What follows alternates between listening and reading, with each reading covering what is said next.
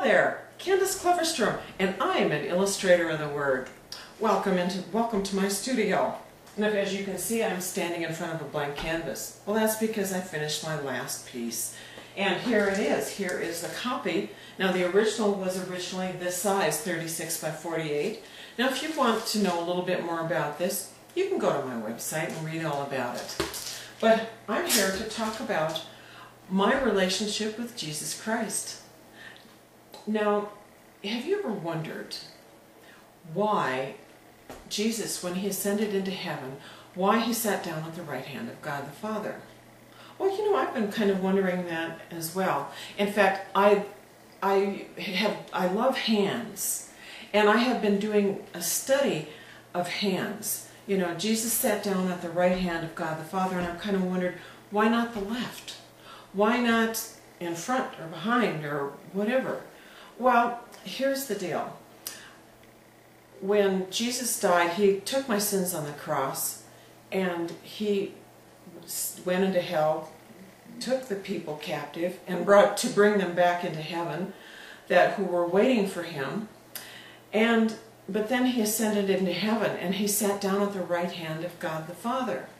Now, Psalm 48:10 says, righteousness is in the God the Father's right hand. It's full of righteousness.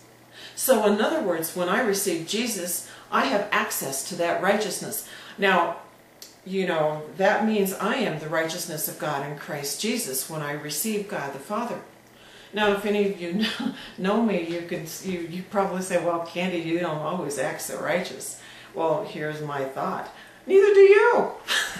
But the truth is, through Jesus, I am the righteousness of God the Father, and that makes me holy because of what Jesus did for me. But if you go a little bit further with that, now that's really exciting news. I get really excited. When I started really seeking God, and actually I really started about a year ago, and I have found, you know, a relationship that I never really had 30 years ago. I mean, I became a Christian 32 years ago. But this past year, I've been coming into a depth that I never thought I would ever come into before, that I never thought I would ever receive.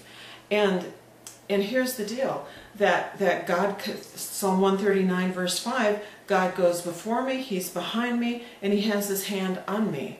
But not only that, Psalm 18:35 talks about how he holds me up.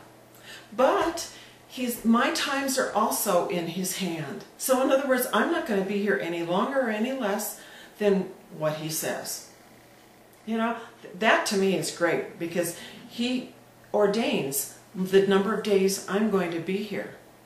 But not only that, when I flow with him, he also plants me where he wants me to go. With his right hand, he plants his people.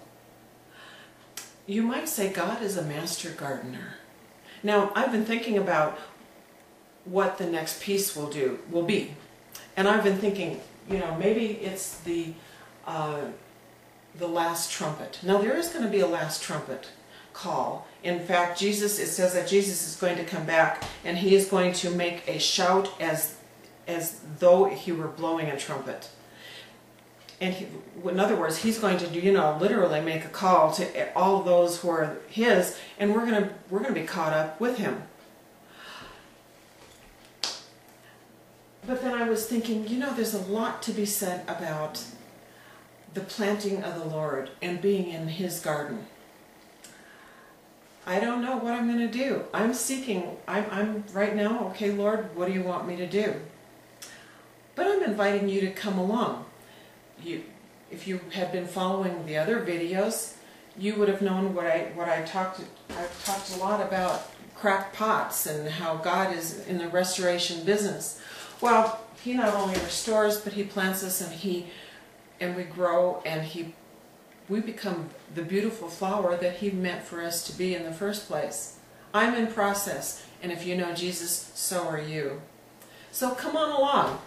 We're about ready to launch into another adventure.